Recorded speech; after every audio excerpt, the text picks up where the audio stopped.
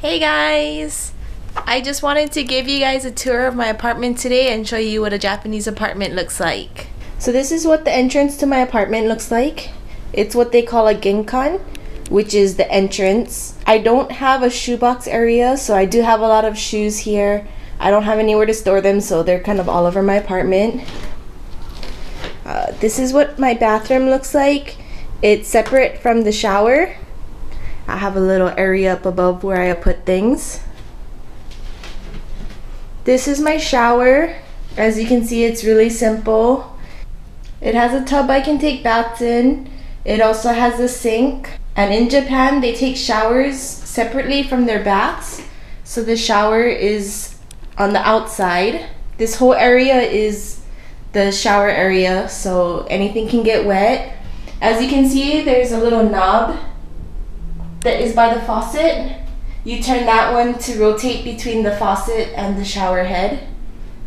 Then you have my kitchen, little messy, sorry about that. I have a refrigerator, which is one of the smaller ones. There's not a lot of space in it. I also have the microwave. Those came with my apartment. Some come with them, some you have to get them separately, or you can do what they call rental, which is just a one-time payment. The microwave is actually a rental for me. I paid 3,000 yen or $30, and that one is just a one-time pay. And when I move to another apartment, I will have to give it back. So I have a kind of big sink area, depending on the apartment you get. Sometimes it's small, sometimes it's big. I also have a little bit of counter space, which a lot of apartments in Japan don't have. If you have a really big one, usually there will be some, but the smaller ones usually don't have any space. So there's not really room to cut or anything. It can be really difficult sometimes. I have a gas stove. Mine is one that you have to install. When I came here, I didn't have one.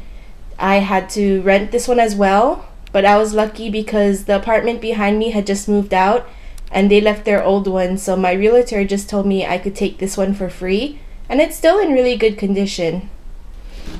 I have my cabinets.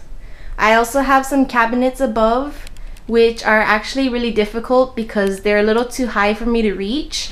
I usually have to climb up onto the sink to reach them. This is a little controller for the hot water. It uses gas, so it's always good to turn it off when you're not using it. You can also turn it on. You can adjust the temperature, so whatever temperature you like.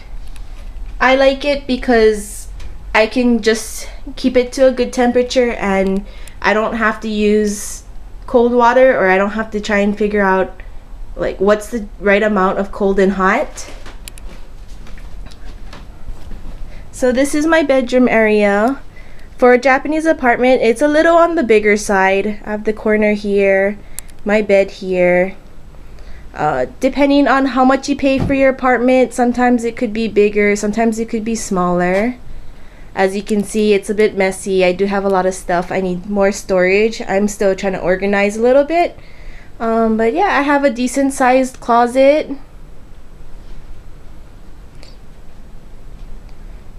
My apartment is what they would call hachijo, which is 8, and they count it as in tatami mats. So this would be considered an 8. The average apartment is usually about 6, so it's a bit smaller than here. So that was my apartment. I hope you was able to see everything clearly and kind of get the idea of what a Japanese apartment looks like. Like I said, my apartment is a little on the bigger side compared to some of the cheaper ones that they have in Japan. I do live in the countryside, so for my apartment I pay about 30,000 yen a month, which is about $300. So it's really cheap for my size apartment. Usually in Tokyo, for something this size would probably be about $800 to $900, depending on how old the place is, what condition it's like. So mine, I got a really good deal and I really like this place. Some of you may have noticed that I do have a cat. I will introduce you to her at a later time.